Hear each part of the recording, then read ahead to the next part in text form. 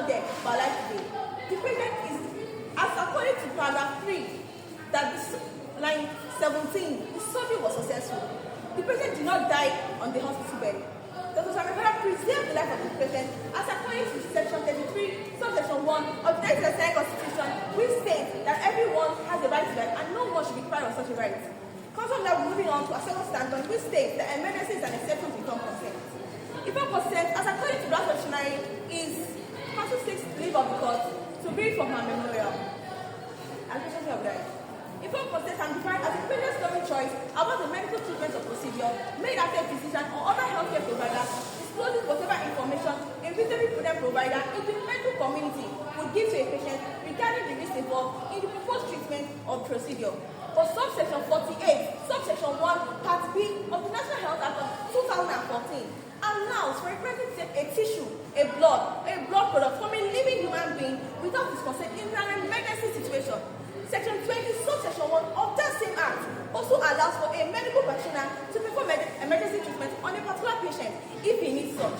The next subsection also goes on to state the consequences of not performing such emergency treatment. In the case British adult failure of treatment, the court ruled that although an adult has the right to consent or refuse to consent to a particular procedure, it can be overridden by unconsciousness or confusion, and the next of kin has no legal right to make such a decision on behalf of the patient. Council now moving on to her third and final standpoint, which is the good faith and best interest of the patient. And this is further exemplified by the principle of paternalism. Council seeks to leave of because to read from her victim memorial. Paternalism can be defined as, according to Ronald Dworkin, as an interference with the person's liberty that for reasons referring exclusively to the good, the happiness, the needs, the welfare, the interest, or the values of the person being coerced. It also stated the three requirements for an act to become paternal. It states that it's a limit to a person's freedom, don't without the person's consent, and they don't beneficial intent. Your Lordship, in the case of Isabella and another, it also resonates with this case. The patient was incapacitated. He was not in the right frame of mind to make a decision for himself.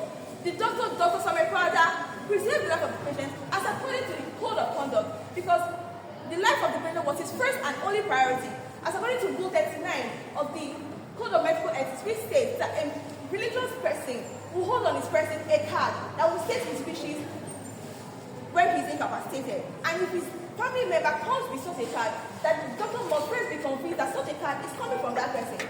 And if he is not convinced, he can perform the surgery based on the best interest of the patient. Council will now conclude with the Latin maxim,